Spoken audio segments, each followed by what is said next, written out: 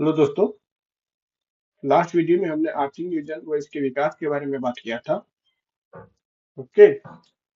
आज हम लोग योजना आयोग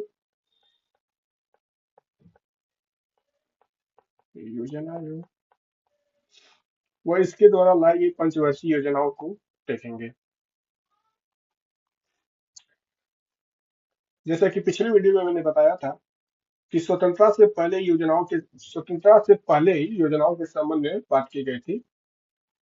हालांकि देश उस समय आजाद नहीं था, इसलिए वो सभी जो योजनाएं थी, ठीक है, वो सब इम्प्लीमेंट नहीं हो पाई। ठीक है, क्योंकि अंग्रेजों का देश गुलाम था और अंग्रेजों का कुछ खास इंटरेस्ट उन सभी योजनाओं में नहीं था। फिर 1946 में आंतरिक सरकार के गठन के बाद केसी न्योगी की अध्यक्षता में एडवाइजरी प्लानिंग बोर्ड का गठन होता है। केसी न्योगी की अध्यक्षता में एडवाइजरी प्लानिंग बोर्ड का गठन।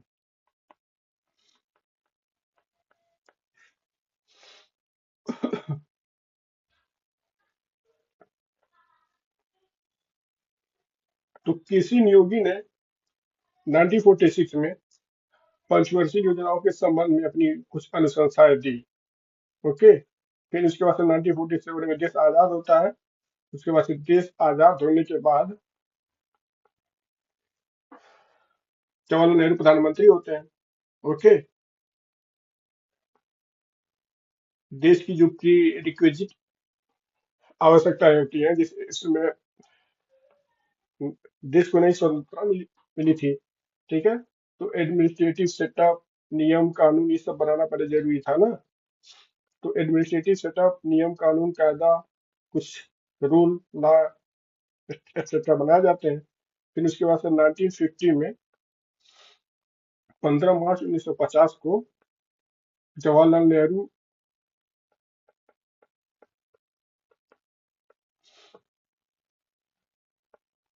जवाहरलाल नेहरू वो कैबिनेट मिनिस्टर द्वारा, ठीक है,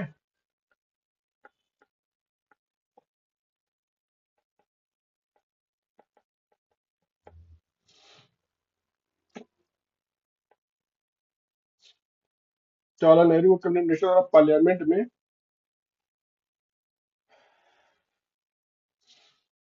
एक कार्यकारी आदेश के माध्यम से योजना आयोग की स्थापना सुनिश्चित होती है। ठीक है, एग्जीक्यूटिव ऑर्डर, कार्यकारी आदेश।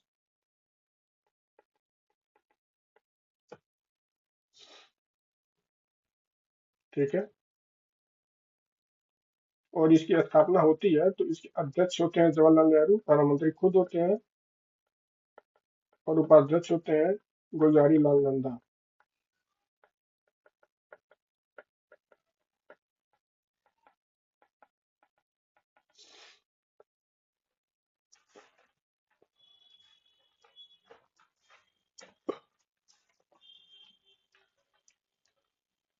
अब इसमें एक टर्म यूज हुआ है, कार्यकारी आदेश।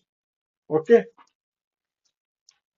कार्यकारी आदेश का मतलब ये होता है यहाँ पे कि योजना आयोग का जो गठन होता है वो पीएम और जो कैबिनेट मिनिस्ट्री होती है, ठीक है, उसकी अथॉरिटी से इसकी स्थापना होती है।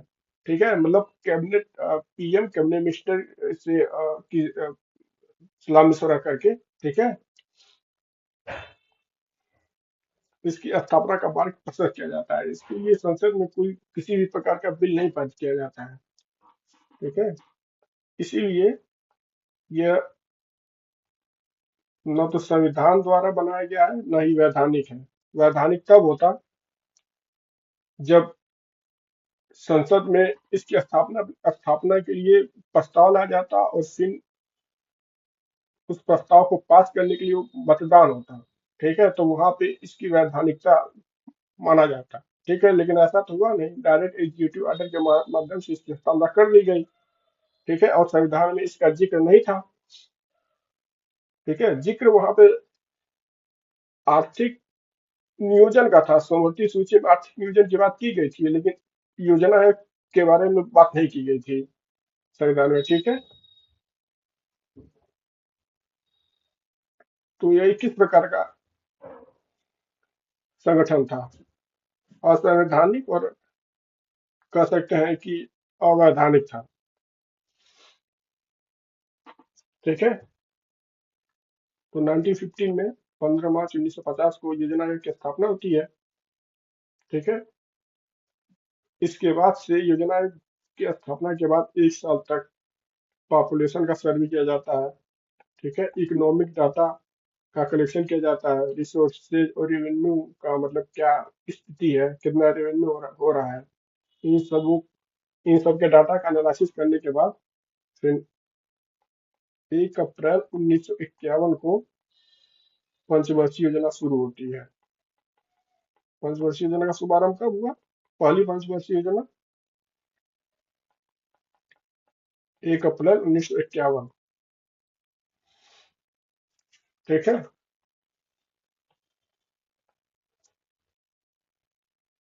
पंचवर्षीय योजना और सिस्टमेटिक ढंग से ऑपरेट किया जाए, मतलब इसको मतलब पूरे देश में सिस्टमेटिक ढंग से लागू किया जाए, इसके लिए 6 अगस्त 1952 को एनडीसी की स्थापना की जाती है, नेशनल डेवलपमेंट काउंसिल की स्थापना की जाती है 6 अगस्त 1952 को। ओके। National development council.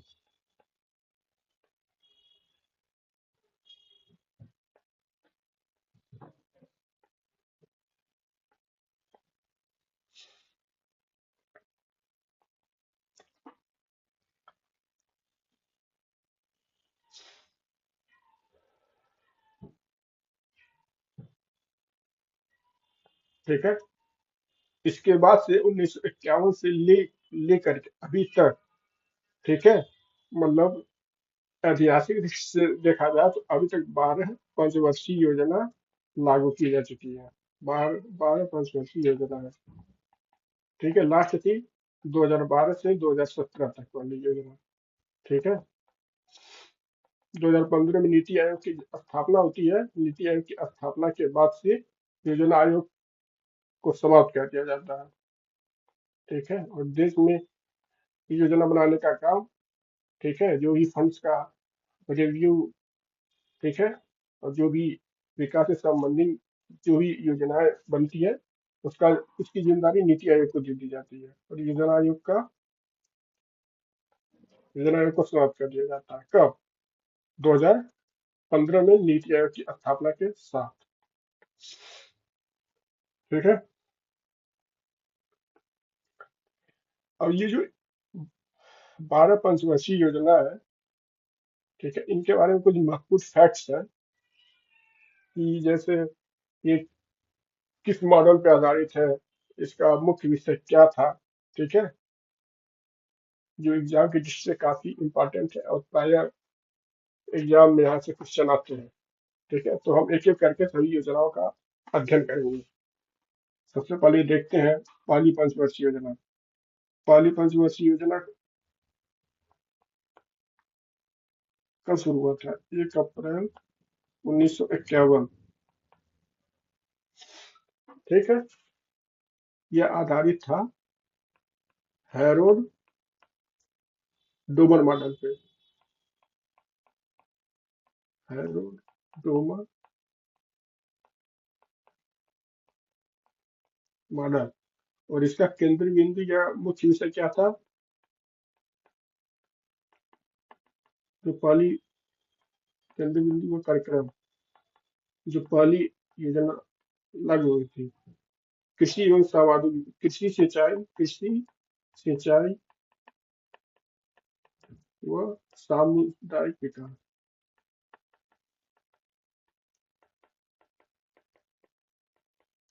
ठीक है। ये होगी पहली। उसके बाद से दूसरी लागू होती है, 5 साल तक चलती है। ठीक है। इसके बाद से दूसरी लागू होती है 1956 में। ये किस मॉडल पे आधारित थी? ये आधारित थी महाल नोबिस मॉडल पे।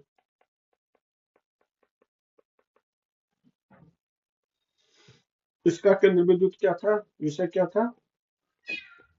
औद्योगिकीकरण। औद्योगिकीकरण। ठीक है। मतलब समाज को ध्यान में रखते हुए ठीक है, समाज को ध्यान में रखते हुए, ठीक है, हर देश का अपना स्ट्रक्चर होता है, ठीक है, वहाँ का जनसंख्या, ठीक है, वहाँ के लोग, ठीक है, वहाँ का कल्चर, उस सब को ध्यान में रखते हुए औद्योगिकरण की बात की गई 1952 में, ठीक है, मतलब कह सकते हैं कि समाजवादी दृष्टिकोण को अपनाते हुए, ठीक है। फिर तीसरा आता है,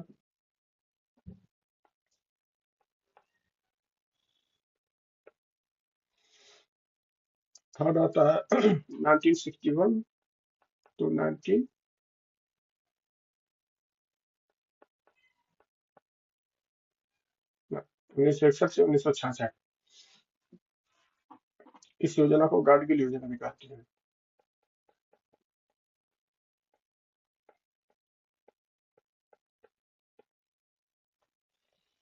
यह किस मॉडल पर आधारित थी? यह आधारित थी सुखमय चक्रवर्ती,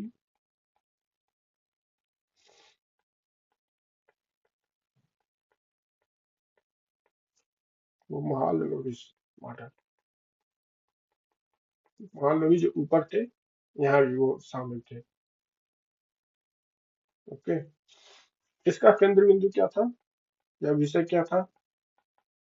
इसका केंद्र बिंदु था आत्मनिर्भरता।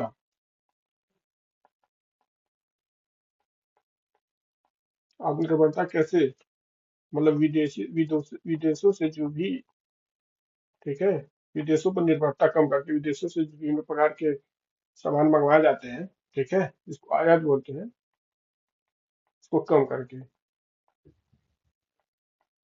ये जो भी इम्पोर्टेंट पॉइंट है, ठीक है, जैसे किस मॉडल पे आधारित थी प्रथम पंचवर्षीय योजना, दूसरी पंचवर्षीय योजना का मुख्य विषय क्या था, इसे परीक्षा के दृष्टि से इम्पोर्टेंट है, ठीक है।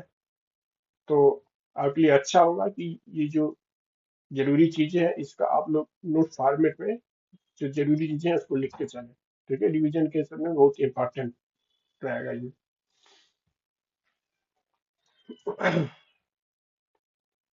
इस योजना के दौरान 1962 में भारत और चाइना से युद्ध होता है, और 1965 में भारत और पाकिस्तान के बीच युद्ध होता है, ठीक है। तो यह योजना युद्ध की परिस्थितियों में एक तरह से मतलब बंद तो नहीं हुई, चलती रही, लेकिन जितना इसका लक्ष्य था वो इसको पूरा करने में सफल नहीं हो पाई, ठीक है। हालांकि पहली योजना और दूसरी योजना में सफलता ठीक ठाक मिली थी, ठीक है।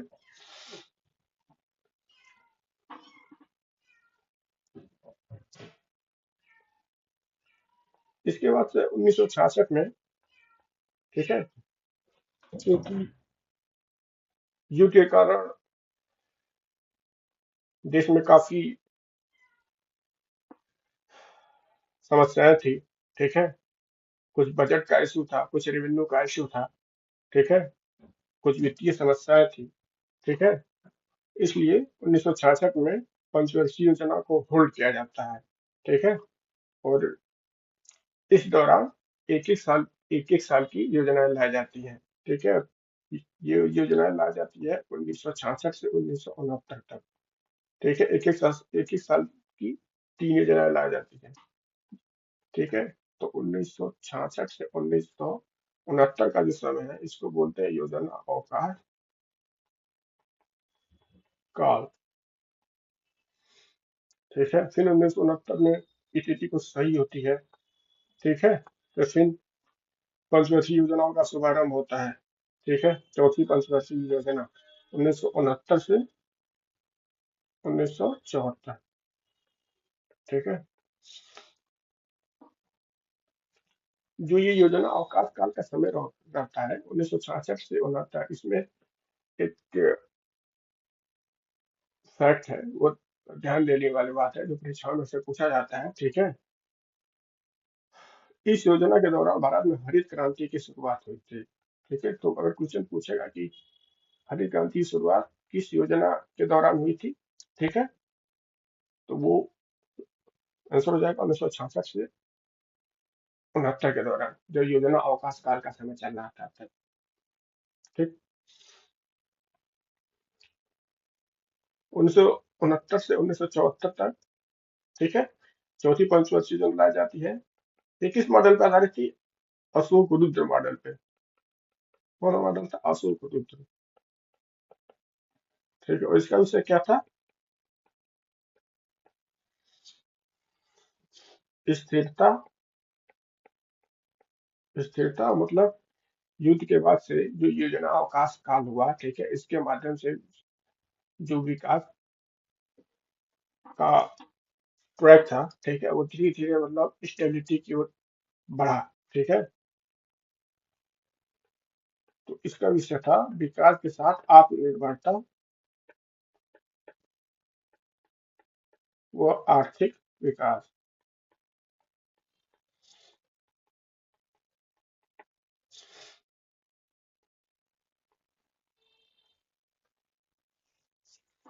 इसके बाद से पांचवी पंचवर्षीय योजना आती है 1974 में। ठीक है। 1974 से 1978 तक। ठीक है। योजना 4 साल तक चलती है। ठीक है, क्योंकि सरकार चेंज हो गई थी 1978 में। ठीक है। तो उन्होंने इस योजना का जो है इसको खत्म कर दिया था 1978 में, 1 साल पहले ही। ठीक है। तो ये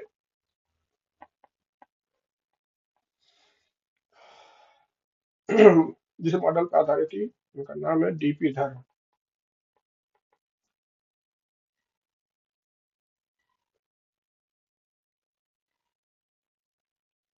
ठीक है। और इसका विषय क्या था? निर्भरता उन्मूलन। ठीक है। निर्भरता उन्मूलन। तो अगर क्वेश्चन आ जाए कि निर्भरता उन्मूलन की बात किस योजना में की गई थी, तो ये आंसर हो जाएगा पांचवी पंचवर्षीय योजना 1974 से 1978। ठीक है।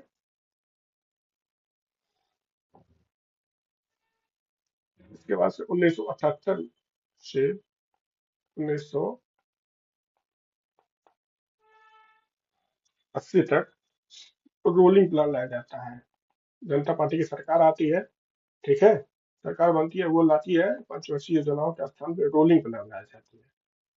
ठीक है कि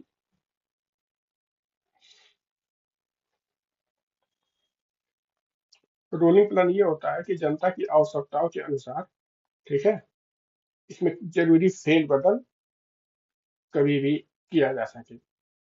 ठीक है। 2 साल तक ये चलती है। उसके बाद से फिर आईएनसी की सरकार आती है। ठीक है। तो फिर अपना वो पंचवर्षीय योजनाओं का कार्यक्रम शुरू करती है 1980 से 1985। ये 1978 से 80 तक ये रोलिंग प्लान 2 साल के लिए था। 1980 से 85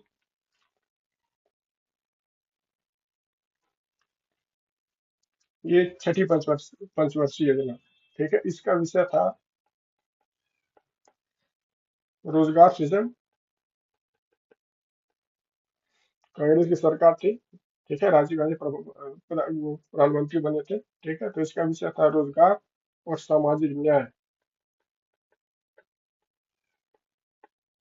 ठीक है।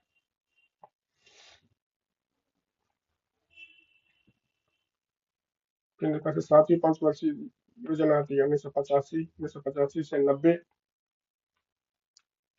ठीक है। इसका विषय क्या था? आर्थिक वृद्धि। आर्थिक वृद्धि तकनीकी प्रगति के माध्यम से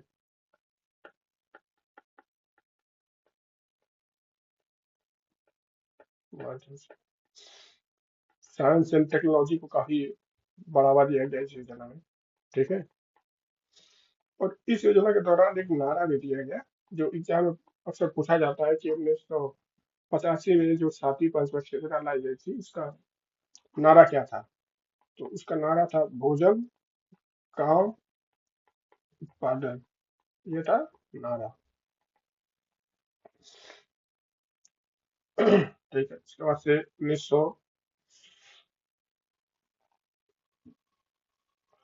90 से 92 में 1990 से 92 का जो दौर था, ठीक है, वो काफी राजनीतिक अस्थिरता का दौर था। ठीक है, देश में आर्थिक संकट संकट हावी था।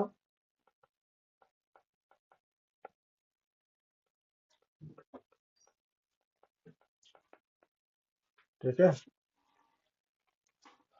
और देश में इस दौरान एलपीजी मॉडल पे काम करने की बात की गई थी। इस दौरान कोई योजना तो नहीं है, ठीक है, लेकिन उस समय के प्रधानमंत्री नरसिंह राव और वित्त मंत्री मनमोहन सिंह जी द्वारा एलपीजी लिबरलाइजेशन, प्राइवेटाइजेशन और ग्लोबलाइजेशन के माध्यम से, ठीक है, देश में विकास की गति को आगे बढ़ाने का काम किया गया 1990 से 92 के दौरान।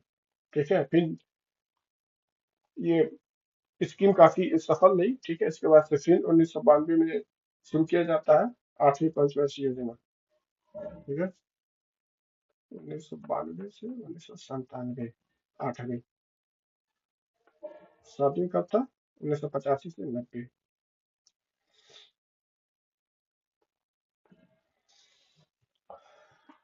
इसका विषय क्या था?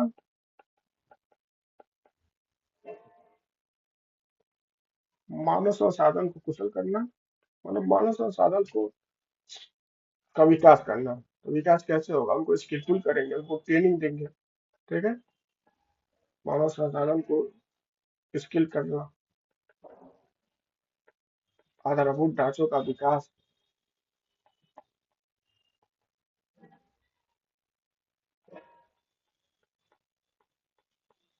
आधारभूत ढांचों का विकास मतलब क्या? कि जो रेल में ट्रांसपोर्टेशन है, रेल सर्विस, हॉस्पिटल सर्विस, ठीक है, शिक्षा व्यवस्था, ये बेसिक नेसेसिटी है। ठीक है, उसके विकास के बारे में बातचीत की गई। किसमें? आठवीं पंचवर्षीय योजना, जो 1992 से 1997 तक इसका टाइम पीरियड रहा। फिर उसके बाद से 9वीं और 10वीं, ये दोनों योजनाओं का कार्यकाल रहा 1997 से 2002, और 10वीं का कार्यकाल रहा 2002 से 2007। और ये दोनों योजना कमोबेश एक ही विषय के साथ, ये दोनों योजनाएं एग्जीक्यूट हुई। ठीक है, वो विषय था सामाजिक न्याय के साथ आर्थिक विकास। ठीक है, ठीक है, अगर पूछेगा सामाजिक न्याय की बात सर्वप्रथम किस योजना में की गई, तो आप आंसर हो जाएगा 1980 से 85 छठी पंचवर्षीय योजना में। ठीक है, इस योजना में सामाजिक न्याय का दायरा बढ़ाते हुए, ठीक है, उसको आर्थिक विकास के साथ जोड़ा गया। ठीक है, इन दोनों योजनाओं में। इसके बाद से लास्ट की जो दोनों योजनाएं हैं, 11वीं और 12वीं। ठीक है, 11वीं पंचवर्षीय योजना का कार्यकाल था 2007 से 2012, और 12वीं पंचवर्षीय योजना का जो कार्यकाल था, जो अंतिम पंचवर्षीय योजना थी, ठीक है, 2012 से 17 तक का, 17 तक था। ठीक है, इन दोनों का विषय भी लगभग एक ही था। ठीक है, थोड़ा सा परिवर्तन था, उसको देख लेंगे। ठीक है, इसका विषय था, ये परीक्षा में पूछा जाता है। ठीक है, इसका विषय क्या था? ठीक है, तो थोड़ा सा अंतर है, उसको तो समझना जरूरी है। तीव्र तीव्र व अधिक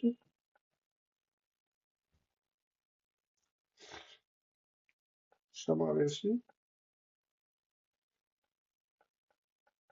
विकास, तीव्र व अधिक समावेशी विकास। ठीक है, और यहाँ पे था तीव्र धारणीय, देखो यहाँ पे एक शब्द जुड़ गया, धारणीय। ठीक है, तीव्र धारणीय वो अधिक समावेशी विकास। ठीक है, तो 11वीं पंचवर्षीय योजना में इंक्लूसिव ग्रोथ की बात की गई थी। ठीक है, इंक्लूसिव डेवलपमेंट। और 12वीं पंचवर्षीय योजना में इंक्लूसिव डेवलपमेंट तो था ही। ठीक है, इंक्लूसिव के साथ एक वर्ड और जुड़ गया, सस्टेनेबल, धारणीय। ठीक है, सस्टेनेबल डेवलपमेंट मतलब पर्यावरण के साधनों को बगैर क्षति पहुंचाए देश में विकास की प्रक्रिया को आगे बढ़ाना। ठीक है, कहा बोला जाता है धारणीय विकास। ठीक है, ये सिलेबस का एक टॉपिक है, एलजीपी, तो हम लोग जब वहाँ पे एलजीपी करेंगे, ठीक है, तो उसको और अच्छे से कर लेंगे।